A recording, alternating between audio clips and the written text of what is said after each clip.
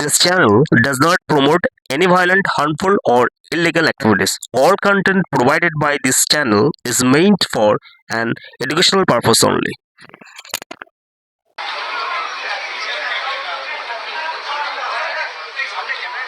দাদা একটু চেপে যাও।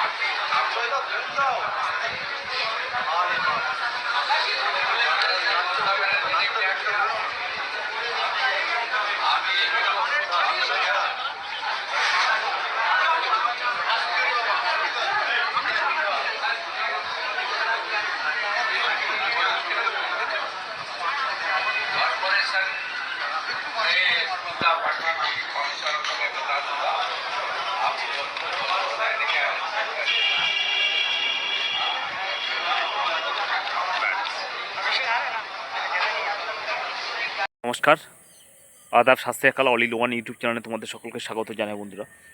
তো বন্ধুরা, 2 দিন আগে অগ্নিমিত্রা পল, তিনি পৌরমন্ত্রী আর কি সম্ভবত, তো তিনি যখন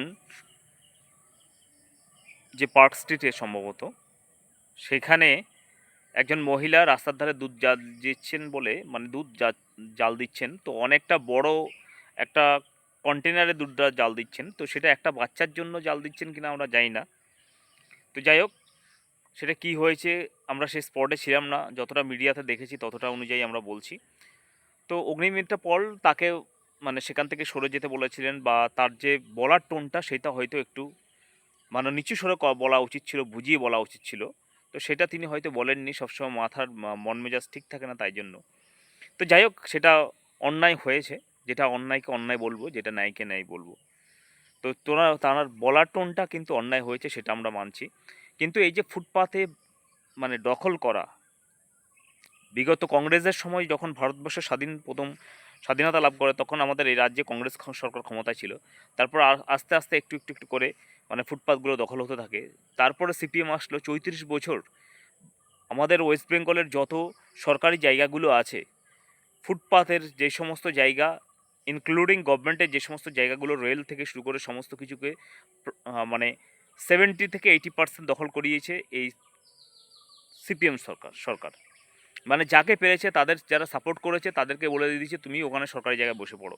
মানে সরকারি জায়গাটাকে যাচ্ছে তাই করে বেরিয়েছে শুধুমাত্র ভোট ব্যাংকের জন্য। তারপরে 70% যেটা বাকি ছিল, সেটা 30%, সেটা তৃণমূলের 15 বছর এসে সরায়নি। তো উপরন্ত কী করলো, ফুটপাত গুলো যেটা বাকি ছিল মানে 30%, সেটাও দখল করিয়ে দিয়েছে। তাহলে এবার একটা প্রশ্ন, তাহলে ফুটপাত ইনক্লুডিং গভর্নমেন্টের যে সমস্ত প্রপার্টিগুলো রয়েছে বা রেলের প্রপার্টি আর কি, সেগুলো কি শুধুমাত্র মানে দখলই করে যাবে শুধু যারা সরকার ক্ষমতায় থাকবে, সে সরকার অনুযায়ী মানে সাপোর্ট করলে সেই জায়গাগুলো অ্যাকোয়ার করে দেবে? মানে এদের পার্মানেন্টভাবে অন্য কোনো জায়গায় বা বাসস্থান করে দেওয়ার জন্য কোনো কাজ এই না কংগ্রেস করেছে, না সিপিএম করেছে, না তৃণমূল সরকার করেছে। শুধুমাত্র এদেরকে ফুটপাতগুলোকে এবং রেলের প্রপার্টি থেকে শুরু করে সমস্তগুলোকে দখল করিয়েছে।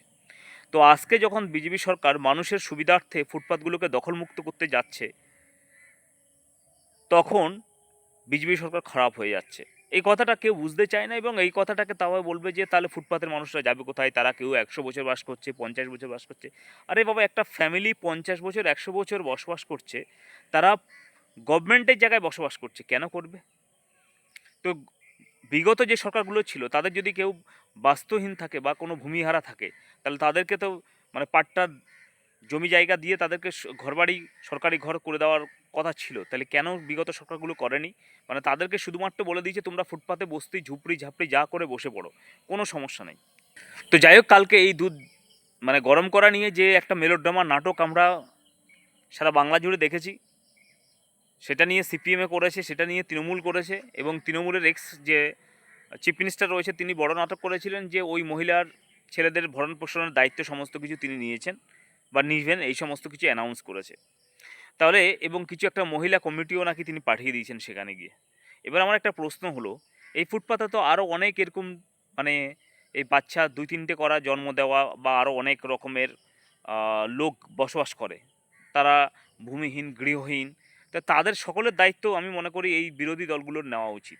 কারণ এদেরকে কে তৈরি করেছে কারা? এদেরকে তৈরি করেছে তো বিগত যে সমস্ত দলগুলো রয়েছে পলিটিক্যাল দলগুলো, তারা নিজেদের ভোট ব্যাংকের জন্য কাজে লাগিয়েছে। অর্থাৎ এদেরকে উদ্বাস্তু এবং উদ্বাস্তু করেই রেখে দাও। এদেরকে ফুটপাতে বসবাস করছে তো ফুটপাতে বসবাস করার মতোই তাদেরকে রেখে দাও। তাদের যে স্থায়ী পার্মানেন্ট বাড়ি তৈরি করে দেওয়ার বা তাদেরকে কোনো পাট্টার জায়গা দিয়ে বা তাদেরকে বাড়ি তৈরি করে দেওয়ার সেই প্রবণতা তারা করেনি। তাদেরকে শুধুমাত্র ফুটপাতবাসী হিসাবে রেখে দিয়েছে, ভোট ব্যাংক হিসাবে রেখে দিয়েছে। তো যাই হোক, এই মানে বিরোধীরা যে একটা মানে এইটা ইস্যু, কোনো ইস্যু তাদের কাছে নেই। নতুন একটা ইস্যু নিয়ে যখন এই রাজনীতি করতে চেয়েছিল, সেই রাজনীতি একেবারে বন্ধ করেছে আমাদের রাজ্যের মাননীয় মুখ্যমন্ত্রী শ্রী শুভেন্দু অধিকারী মহাশয়। আজকে সল্টলেকে তিনি জনতার দরবারে সেই মহিলা গেছেন। তো তাকে বলেছিলেন তাকে বাড়ি অন্তত পাট্টার জায়গা পাইয়ে দেবে বা বাড়ি মানে যাতে করে বসবাস করতে পারে সেই ব্যবস্থা তিনি করে দেবেন। এইটাই হচ্ছে নীতি হওয়া উচিত। কিন্তু আর ওরা যারা মানে বিরোধী যে দলগুলো রয়েছে তারা রাজনীতি করেছে, তারা নীতি আদর্শ ভুলে গিয়ে রাজনীতি করেছে শুধুমাত্র। কাজ করা তো দূরের কথা। তাই আমি মনে করি যতগুলো রেলের প্ল্যাটফর্মের জায়গা যারা দখল করেছে সেই সমস্ত জায়গা অবশ্যই দখলমুক্ত হওয়া উচিত। কারণ সেগুলো সরকারি প্রপার্টি, সেগুলো জনগণের প্রপার্টি, সেগুলো কোনো এভাবে দখল করার জায়গা নয়। তো ভিডিওটা আজকে এটুকুনি। ভালো লাগলে অবশ্যই লাইক শেয়ার সাবস্ক্রাইব করুন।